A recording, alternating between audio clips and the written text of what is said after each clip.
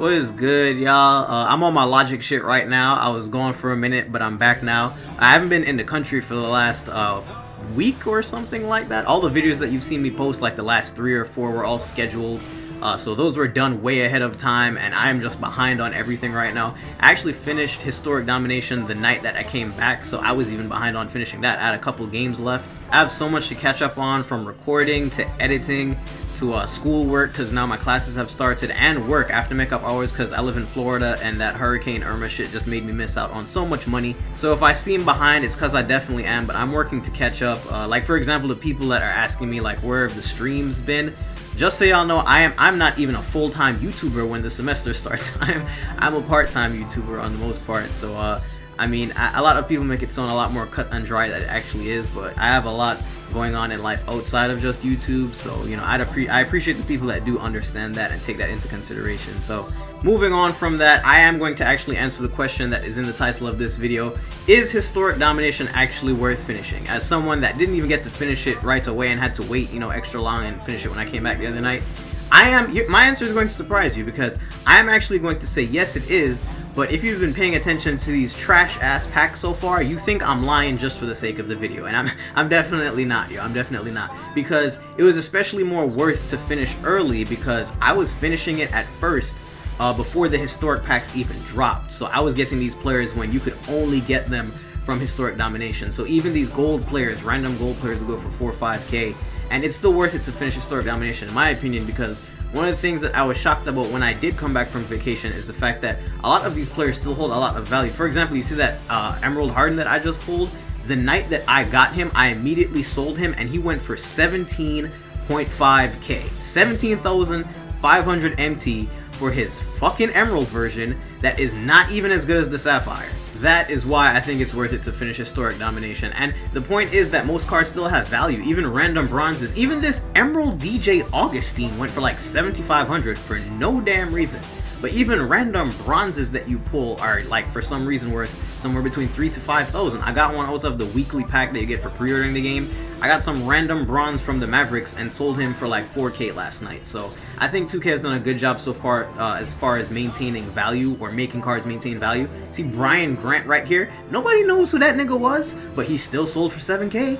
W. Like, in general, Domination has so far been a 100% W as far as completing, or being worth to complete. I haven't touched on all-time Domination yet, because that looks like so many levels of Magic Johnson that I don't even want to like handle that stress at the moment. I think you only get one diamond player. Now, the reason that I'm championing Historic Domination is because by the end of this, not only are you getting players that might be worth selling, because I got horrible luck, I only got like 2 or 3 really good emeralds worth selling, but by the end of it, if you complete all of the jersey collections, because you need to get all of the historic jerseys from Historic Domination when you open the packs, you will get 4 rubies. Those 4 rubies go into 2 sets to give you 2 amethysts, and those 2 amethysts go into 1 set to give you a diamond player. I know all of these players, not all of them, a couple of them are really worth having. Like one of them is the Ruby Penny Hardaway, another one is a Ruby Bill Russell, and then Ruby Jim Jackson, I think, and then Ruby Buck Williams. The amethysts are Spencer Haywood and Bob Love, and the diamond is JoJo White.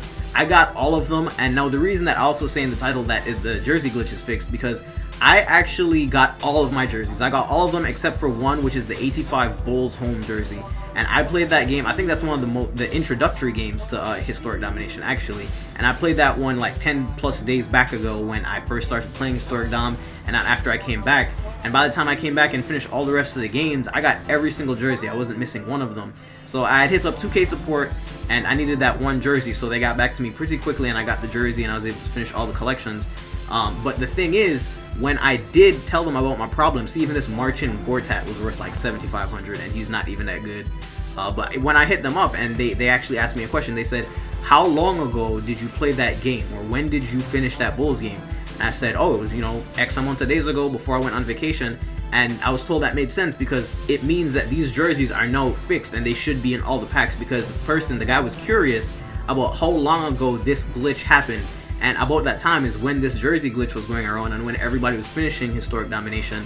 So it no makes sense as to why he would have asked me that question and his reasoning behind it. So I'm pretty sure that the jersey glitch is safe as of now for you to go and play. If you haven't done Historic Domination yet, I do think it's no safe. But if you have already and you still haven't got your jerseys, just hold in there, try to hit up 2K support. Eventually they will have to address it because so many people didn't get their jerseys. And that's why I was lucky that I was only missing one and got through with it quick, because people are missing multiple 4 or 5 at a time, and then you're not even getting the players that make it worth finishing this part of the mode.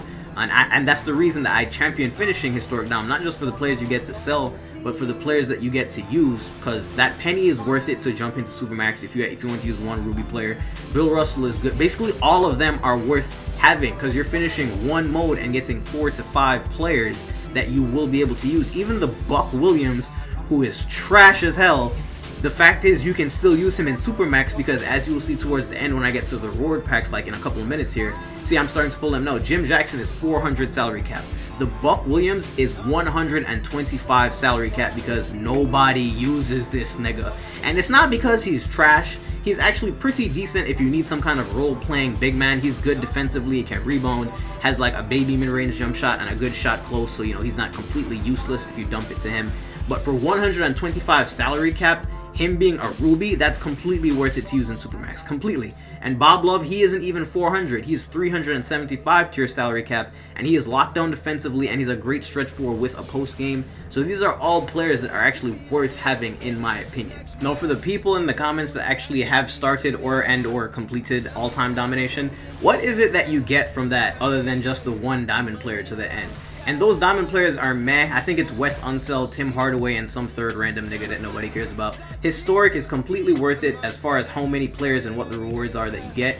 All time, that's just a complete next level of Magic Johnson. Like I said, you're playing with these all-time teams with your little 85 to maybe like near 90 overall team, and you're just doing it for the sake of getting maybe one diamond player at the end. So I'm not in any rush to jump into all-time domination whatsoever, unless I hear that there is something else worth getting in that.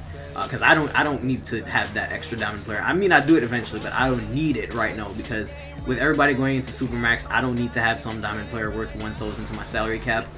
The Spencer Haywood, though, I'm not sure. I think the Spencer Haywood is pretty good as well, but the Bob Love, I like his stats more because he's higher defensively and his jump shot is slightly better.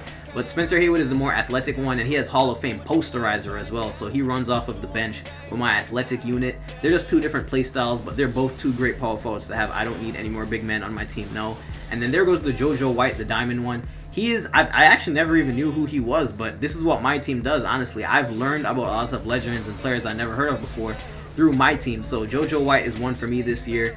His stats are excellent. If there's one person I could compare him to as far as if you've been a My Team player for a while, it would probably be Diamond Bob Cousy. He's just excellent defensively, has a pretty serviceable jump shot, and he has a high-ass ball control. So you're good with that. That's your starting point guard until further notice, and I'm perfectly fine with that. So these are the salary caps of each player. Buck Williams, like I said, 125 salary cap, great defender. Jim Jackson, I'm not sure why he's 400. I didn't know niggas rocked with Jim Jackson like that, but I haven't even used him yet. The Penny is Penny. This is old Penny, not young Magic Penny.